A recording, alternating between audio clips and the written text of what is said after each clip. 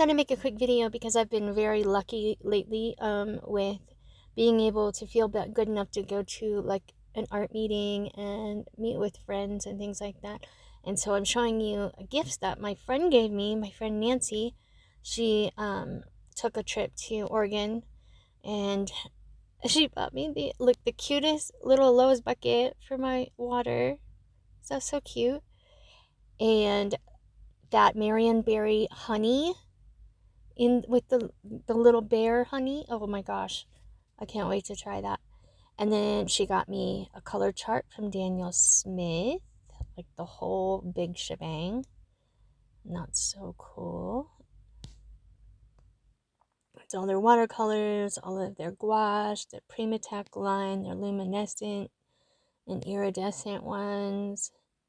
They're like, oh, that's the gouache there. So that's super nice to have.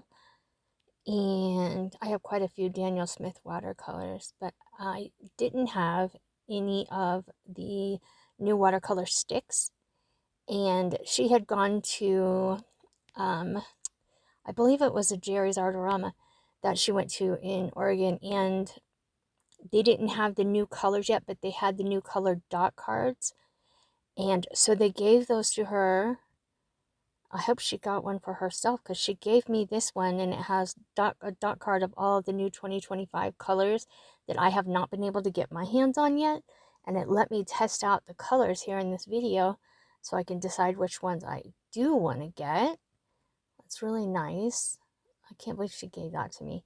And then they gave her two watercolor sticks halves, and she gave me those also. So I'm going to swatch those out here and I'll tell you what they have to say about the new 2025 colors. They've got a little on the back of the card. It gives descriptions of the colors. I don't have for the Imperial Violet or the Phthalo Blue that's in the watercolor sticks. I don't have the description for those, but they're easy to find on danielsmith.com. And you'll see there's a scanner code on the card that has those 2025 colors on them, and it'll take you to Daniel Smith to the color charts and stuff. But I'm just getting those wet real quick so they can sit for a moment. And then I'm going to test the watercolor sticks first. And so I thought I would try, scribbling a little bit with the stick itself dry, and then wet that and see what that looks like, and then get the stick itself wet and paint from that to see, what kind of, how much pigment I can get off of the stick either way, if it shadows, that kind of thing. Like when you color with it like this and then paint it out with water, you can still see where you originally drew, at least on this Arches cold pressed paper. It's got quite a bit of texture there, so you can really see where I originally colored with that stick under where I painted over with water. So, but when you paint off of the tube itself, it's super vibrant. And it's, yeah, really, really nice. So I'm already enjoying the watercolor sticks. Those are pretty cool. So that's the Imperial Violet, or Imperial Purple. And this one is the Phthalo Blue. And I do basically the same thing. I just color a little bit with it, wet that, see what that looks like, and then I wet the stick and paint from the stick. And pretty much the same thing. It's going to shadow where I originally colored down, but painting off the stick itself is going to be much more vibrant. And no, that is a Phthalo Blue. It's bright. Really, really pretty.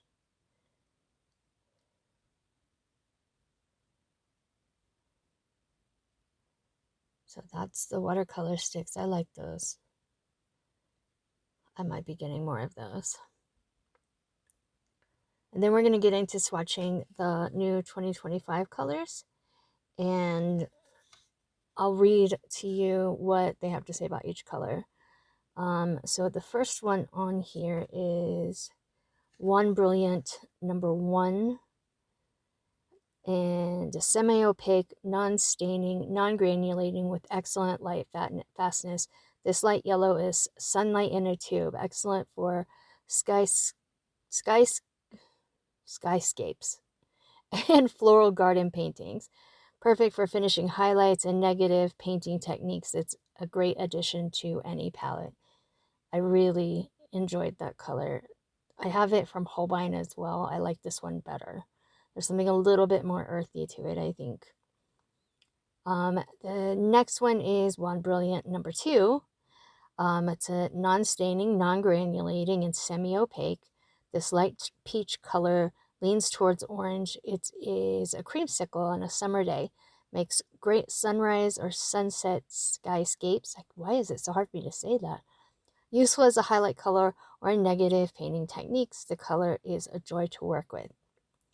I like that color very much too.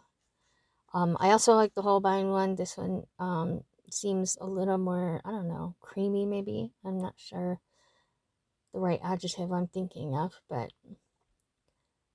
this is the Manganese Violet. This is probably my least favorite one on here. It's, just didn't blow my skirt up, I guess, but it's a stunning single pigment violet, mixes beautifully with other colors. It's low staining and semi-transparent, allowing for vibrant mauve washes. I could see that, washing down to a pretty mauve. Yeah, okay. Gorgeous granulating quality provides a bold tool for painting deep, rich floral landscapes. You'll be an excellent artist. Company Manganese Violet was a staple on Claude Monet's palette. The next one is Cobalt Green Deep, and I love this color. Semi-transparent, single pigment paint, lends itself to gorgeous deep woodland landscapes. It mixes effortlessly with other colors. Try it with neutral tint or indigo for fascinating stormy sea and sky effects. Cobalt Green Deep's granulating qualities will add depth and life to your paintings. Nice.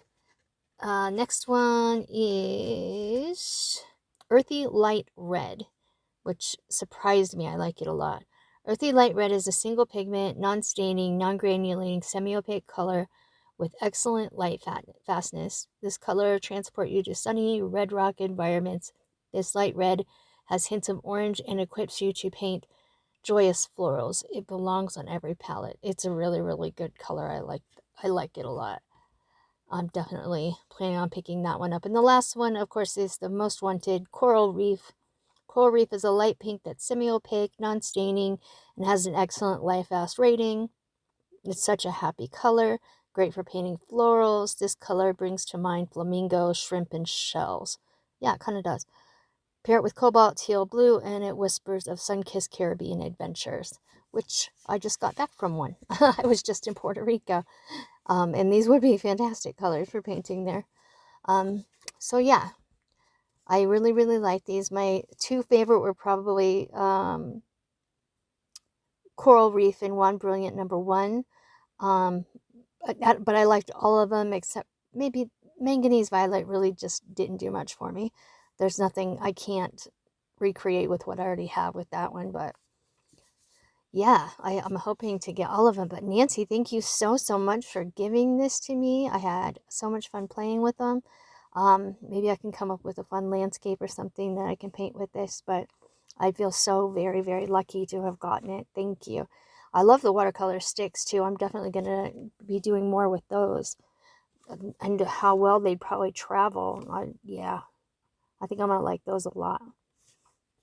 And two more things I want to show you. I actually went to the Las Cruces Arts Association meeting yesterday, and we had an ice cream social, and we played games and things like that. And I won 2 prizes. One of them is this like sweet little bowl from Jerusalem, but it actually matches my dishes in my kitchen, so that's cool. And then some Japanese tea from Japan, green tea from Japan, and this beautiful box. And I can't wait because I love tea. I love green tea. I think it's just really, really good for your system. And now it takes me a good hot minute to get it open. But it's, yeah, there you can see it's all in like Japanese, so I can't really read it, but I know how to make tea, so that's all good. And then I try to get the bag open forever, but the box is just beautiful. It's like tin on the inside, and then the outside's got that fabric, and on the bottom it's almost like black lacquered. It's really, really pretty. And then they have the tea like sealed really nicely. And here's me trying to get it open, trying to get it open. I will in a second, and I'll show you what it looks like. It's beautiful green tea. If you're into tea, you'll like. It'll be, tea porn. If you're not, sorry. But this is one of the prizes that I won as well. And we had a really good time. So, yeah. Look, I think I found a knife or something to cut this open. Yep. Luckily, I didn't cut myself.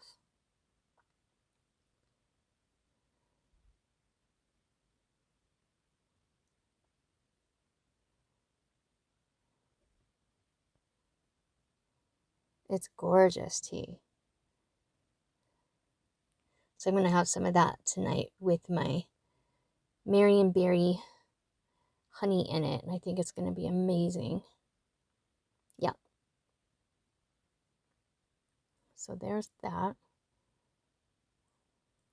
I have a hard time getting the lid back on. Anyway, thank you guys for joining me. If you have any questions, let me know. If you have any comments about the paints, and if you have the new Daniel Smith paints, tell me how you're enjoying them. And I will talk to y'all later. Bye.